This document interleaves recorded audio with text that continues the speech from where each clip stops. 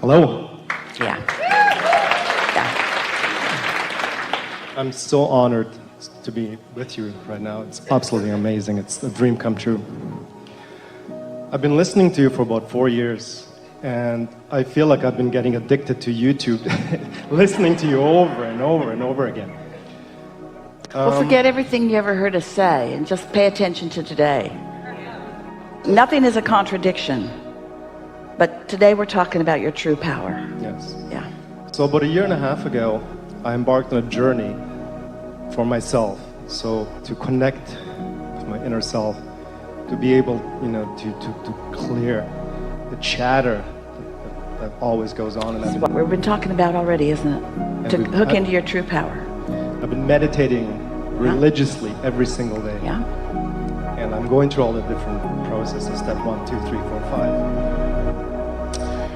And still, I feel that there's an underlying energy of fear, insecurity that I can't tap into. Not that I want to tap into, but it feels like it doesn't want to go away. You see, here's the thing.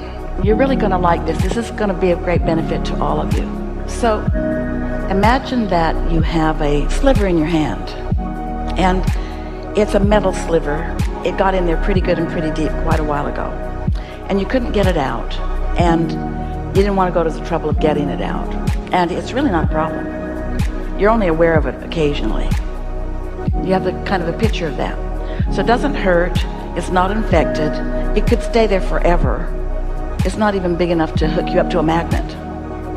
It's just something that's there. And last year, you stubbed your toe and really hurt it. And then you shut your hand in the car door, and that really hurt. And compared to those things, this sliver in your hand, it's actually pretty meaningless. In fact, we don't even know, Abraham, why you're bringing it up. It's such an unimportant thing in my life experience. But then, as the perfection of your life becomes more and more and more, and you become more and more and more and more sensitive to things, now you have an awareness of this sliver that you don't think ought to be there.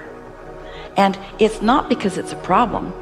It's just that in your sensitivity, you haven't shut your finger in the door for a long time, and you haven't stubbed your toe, and you haven't broken any bones, and nothing big's fallen on you. And in your quest for this wonderful, perfect experience, suddenly you're thinking, there's a sliver in my hand. And so your sensitivity, your desire for living the perfect life gives you a greater sensitivity to anything that you think might be sideways of that. And there are so many things that you make bigger than they need to be.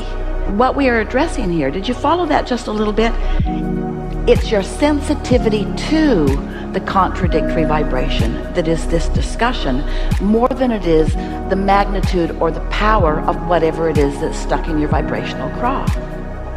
The point that we'd really like to make is that rather than trying to root out every little sliver from the past or even from the present, focus upon the energy that creates worlds and let that sliver become the irrelevant thing that it is. Because every thought that you've ever thought still exists, and the potential for activating it and making it problematic in this moment of attention. You see, all of your power is in your now, which means right here in your now, your inner being is focused with you on whatever you're focused about. And your inner being has a very powerful and specific way of focusing about it, meaning all good things. And when you get the slightest little bit sideways of that, then you can feel the discord of that. So you could focus upon the discord and start rooting around and trying to get that sliver out and make it a whole lot worse. Or you could just focus upon the connection to your inner being and let that sliver or that past thought or that past event, no matter how big or egregious it seemed to be, let it become perspective-wise, relativity-wise, the irrelevant thing that it really is. You do not have to root out your old beliefs. You just have to think thoughts that are bigger than they are. That would be like saying, you get into your car, it's a new car, it's got all this awesome radio system. And you can dial it or you can preset things, and it has a range of all the bands of stuff that you could hear. And then you realize the salesman was in your car, and he listened to some things before you got there. In fact, he even preset some buttons. and you say, you've ruined my car. You made it believe things. You set things in motion that you're listening to things I would never listen to in my car. Of course, you just say, how silly. Just turn the dial and listen to what you want. No, it already happened. The dial was already tuned, and other thoughts were already thought, and now it's ruined. No, it isn't.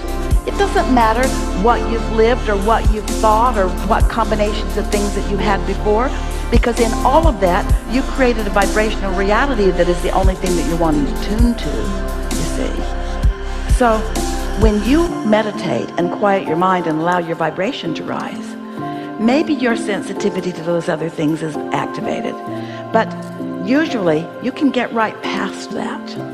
So we want to introduce into this conversation the idea of, we already talked about daydreaming, and you sort of get that. You're not up to speed with it, but we're going to get you. We're going to get you, because you do sort of kind of get it. You're going to get it. The pure, non-resisted thought, the power of a non-resisted thought, the power of a non-resisted thought.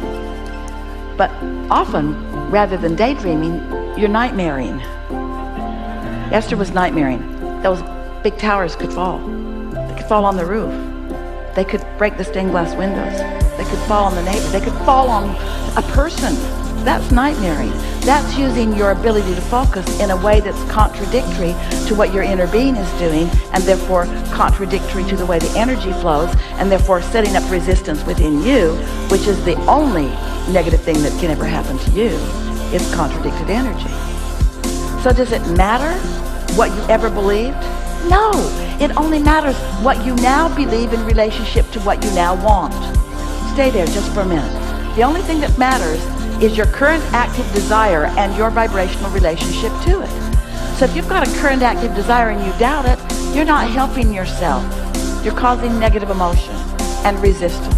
But if you've got a desire and you are general enough about it or vague enough about it that you're not remembering all the ways that it won't work for you, then you're not contradicting anything, and you're allowing the energy that creates worlds to proceed on your behalf, you see. And better still, you're going to be in on it, where you just find this right place, right time, right movement, right impulse that moves it along, but more important, feels good while you're doing it.